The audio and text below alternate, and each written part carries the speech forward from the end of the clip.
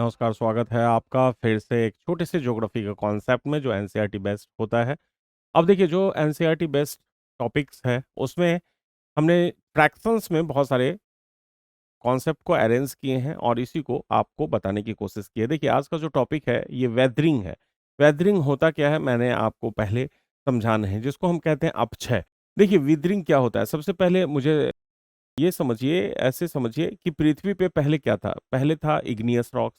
Igneous rocks का मतलब होता है आग्नेय चट्टान। जब पृथ्वी बनी थी तो गर्म थी, तप्त मैग्मा थी। इसका मतलब था कि पहले इग्नियस आग्नेय चट्टान की पृथ्वी बनी थी। लेकिन आज के टाइम में आप पूरे धरती के ऊपर देखेंगे अवसादी चट्टान बिछा दी गई है। अब ये अवसादी चट्टान बिछा दी गई इसका मतलब है कि चट्टानों को तोड़ा गया है और कहीं से उठाकर कहीं पे डिपॉजिट किया गया है और ये प्रोसेस किसके द्वारा किया जाता है? नदी के द्वारा या फिर पवन के द्वारा या फिर ग्लेशियर के द्वारा जहाँ पे वो तो ये इसका जो कहा जाता है सेडिमेंट्स पहले बनेगा तभी जाके वो कहीं बिछाया जाएगा। तो जो सेडिमेंट्स बनता है इसको अगर हम शुरू करें कि ये जो डेनुडेशन है अनाच्छादन है ये कैसे होता है यानी ये प्रोसेस कंप्लीट कैसे शुरू होता है तो विदरिंग से शुरू होता है। विदरिंग का मतलब होता है चट्टानों का अपने ही स्थान पे टूटना। जैसे सपोज कीजिए विदरिंग क्या है? विदरिंग का मतलब ये देख रहे हैं ना रॉक्स में क्या हो रहा है दरारें आ रही है। अब दरारें आ रही हैं तो चट्टान क्या हो रहा है टूट रहा है अपने ही जगह पे टूट रहा है और बिखर जाएगा अपने ही चट्टान जगह पे। तो ये देखिए चट्टान जो है ये टूट टूट कर अपने ही जगह पे बिखर जाता है। जैसे आप देखेंगे कि दिन में टेम्परेचर बढ़ गया रात में टेम्परेचर कम हो गया तो दिन में रॉक्स एक्सपेंड करेगा फिर कॉन्ट्रैक्ट करेगा। इसमें क्या होता है क्रैक्स आ जाता है जिसको हम फिजिकल विदरिंग या मैकेनिकल विदरिंग कहते हैं जिसकी वजह से टूट जाता है। दूसरा केमिकल विदरिंग भी होता है। केमिकल विदरिंग रिवर प्रोसेस से होता है या जल के द्वारा जलयोजन प्रोसेस से जिसमें कार्बोनेशंस हो सकता है हाइड्रेशन प्रोसेस हो सकता है सॉल्यूशन जिसके कारण खनिजों के अंदर चट्टान के अंदर जो खनिज हैं घुल घुल कर निकल जाते हैं और वो चट्टान कमजोर हो जाती है तो गिर जाते हैं। तो विदरिंग का मतलब समझ गया ना? चट्टानों का अपने ही स्थान पे टूट के पड़े रहना। इन सीतु इसके लिए यूज किया जाता है स्वस्थाने यानी जब तक विदरिंग नहीं होगा मलबा बनेगा कैसे? तो विदरिंग क्या है? किसी भी मलबा बनाने का पहला स्टेप होता है। समझ रहे हैं ना? पहला स्टेप विदरिंग कहलाता है। अब सवाल है मास वेस्टिंग किसको कहते हैं? मास वेस्टिंग का क्या मतलब होता है? जैसे मैं अगर कहूं कि पर्वतीय एरिया में आप जा रहे हैं मान लीजिए और पर्वत के ऊपर आप जा रहे हैं आप देखेंगे कि कोई चट्टान ऊपर से नीचे गिरा जैसे लैंडस्लाइड होता है जैसे बर्फ का टुकड़ा नीचे गिरा एवलांचेज होता है। तो ये सब क्या है? ग्रेविटी के इफेक्ट में हो रहा है। तो ग्रेविटी का मतलब अगर मैं कहूँ चट्टान नीचे नहीं आया ये ऊपर ही क्यों नहीं रहा नीचे क्यों आया? तो स्लोप पे वो ग्रेविटी के कारण नीचे चला आया।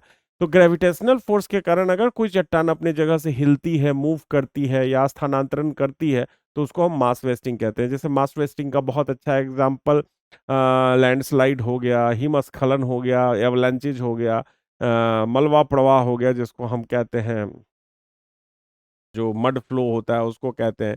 इसके साथ रॉक फ्लो हो गया चट्टान अवपात हो गया सॉइल क्रीपिंग हो गया। तो ये जो इमेज देख रहे हैं ना ये सब इमेज इस तरह का इमेज आप देखेंगे। जैसे कॉलीफॉक्सन्स इसमें देख रहे हैं ना चट्टान का एक जो छोटा सा पार्ट आप देख रहे हैं जमीन खिसक के नीचे चली जाती है। आप देखते हैं यहाँ पे नग्न हो गई जमीन। उसी तरह से आप देखेंगे ऊपर वाला पार्ट यहाँ पे ये जो देख रहे हैं ना धीरे धीरे ये टूट के नीचे आ जाता है। तो ये जो लैंड स्लाइड कर रहा है ये भी क्या है? एक तरह का मास वेस्टिंग है। यहाँ पे आप देख रहे हैं जो मलबा है फ्लो कर रहा है वॉल्केनिक eruptions हुआ और मलबा सारा नीचे आ रहा है लहर के रूप में। जैसे ये मैग्मा है ये मैग्मा सब लहर के रूप में जो मैग्मा का जो फ्लो होता है जैसे ये वॉल्केनो है वॉल्केनो विस्फोट हो गया लेकिन ये फ्लो नीचे आ रहा है इसका मतलब मड फ्लो ये लहर कहलाता है। उसके बाद डेवरिस फ्लो जैसे आप देखिएगा पर्वतीय नदी अपने साथ बहुत मलबा लेके आती है तो ये भी एक तरह का क्या है? बहुत असंगठित चट्टान है और ये सब क्या हो रही है नीचे आ रही है फ्लो के रूप में तो डेब्रिस फ्लो इसको कहते हैं। इसी तरह से अगर चट्टान बहुत मजबूत है छोटे छोटे टुकड़े में टूट रही है विदरिंग हुआ है तब नीचे आ जाएगी तो रॉक फॉल उसको कहते हैं। तो ये मास वेस्टिंग के सारे एग्जाम्पल्स हैं। इसके साथ बर्फ का टुकड़ा भी नीचे आता है जिसको हम क्या कहते हैं? जिसको हम कहते हैं एवलांचेज हिमस्खलन के रूप में कहते हैं। तो ये सारी जो क्रियाएं हैं ये सब कहाँ हो रही है? पर्वतीय क्षेत्र में हो रही है तो इसको हम क्या कहेंगे? Mass wasting. हिंदी में कहते हैं वृहत क्षरण। याद रखिएगा वृहत क्षरण। अब कंप्लीट जो टर्म है ये इरोजन है। अब देखिए इरोजन किसको कहते हैं? जैसे इरोजन अगर मैं कहूँ तो किसी भी जगह से चट्टानों का हटना जो होता है जो इरोजन कहलाता है। अब इरोजन्स का मतलब है कि चट्टान किस स्तर तक हटती है। अगर मैं कहूँ चट्टान तो पूरे गहरी तक है पृथ्वी के केंद्र तक है तो याद रखिएगा इरोजन्स का संदर्भ होता है कि जो जो ऊपर का फर्टाइल लेयर होता है जिसमें वेजिटेशन उगते हैं। अब मैं कहूँ कि वेजिटेशन का मतलब तो पेड़ पौधे किसी भी जगह पे अगर उगेंगे, फसल उगेगा, इसका मतलब है कि वहां पे क्या है, न्यूट्रिएंट्स हैं, तभी वो डेवलप्ड हो रहा है। बंजर जमीन पे तो कुछ भी नहीं उगेगा, आपका वनस्पति भी डेवलप नहीं होगा। तो जो ऊपर फर्टाइल लेयर होता है ना, उसी को हम बचाने की बात करते हैं। अगर वो खत्म हो गया, इसका मतलब वो क्या है, वो इरोजन हो गया, समझ गए? इसका मतलब फिर वो एक संसाधन के रूप में आपका मिट्टी नहीं रहा या आपका भूमि नहीं रहा, तो उसको हम इरोजन मानते हैं। जो शुरू होता है किस चीज से, तो मैं आपको बता देता हूँ। ये जो इमेज देख रहे हैं ना, ये इमेज है स्प्लैश इरोजन का। स्प्लैश इरोजन किसको कहते हैं? तो जब आप देखेंगे, स्प्लैश का मतलब होता है, याद रखिएगा, ये स्प्लैश का इरोजन, जिसको बूंद बूंद इरोजन कह सकते हैं। जैसे मान लीजिए बारिश बहुत टाइम से हो रही है और जगह जगह पे हो रही है, तो छोटे छोटे गड्ढे बन जाएगा। इस तरह से जमीन में आप देखेंगे कि जगह जगह बारिश के पानी के जमा होने से छोटे छोटे गड्ढे बन जाते हैं, ये देख रहे हैं ना। तो ये एक इरोजन है जिसको हम स्प्लैश इरोजन कहते हैं। लेकिन ये अगर कंटिन्यू रहा, तो कुछ क्षेत्र का जो भूमि होता है, जैसे देखिए, अगर ये कंटिन्यू रहा, तो ये जो जमीन देख रहे हैं ना, इसके ऊपर ये लेयर है, लेकिन यहाँ पे ये लेयर नहीं है। तो ये इरोजन जो हो रहा है यहाँ पे, ये क्या हो गया, इसका सीट इरोजन हो गया। सीट इरोजन का मतलब क्या हो गया कि ऊपर की जो परत है ये समाप्त हो गई है। इधर दोनों तरफ है, फर्टाइल लेयर है, लेकिन बीच वाला जो मैक्सिमम क्या हुआ, रिवर आया, रिवर प्रोसेस या बहुत ज्यादा अगर वर्षा हुआ, तो धीरे धीरे ये वाला जमीन ही खाली हो गया। उसके बाद ये देखिए, इस तरह की जो धारियां हैं, बहुत सारे खेतों में देखा होगा या पर्वत में देखा होगा, तो आप बीहड़ में देखे होंगे इस तरह का। तो इसको हम याद रखिएगा, इसको हम कहते हैं रील, रील इरोजन, याद रखिएगा। ये छोटे छोटे आप देखेंगे नाली जैसी संरचनाएं डेवलप्ड हो जाती है। तो ये कब डेवलप्ड होती है, तो आप जानेंगे कि ये एक तरह से क्या हो गया, यहाँ वेजिटेशन भी नहीं लग रहा है, देख रहे हैं ना, इरोजन हो गया इसका।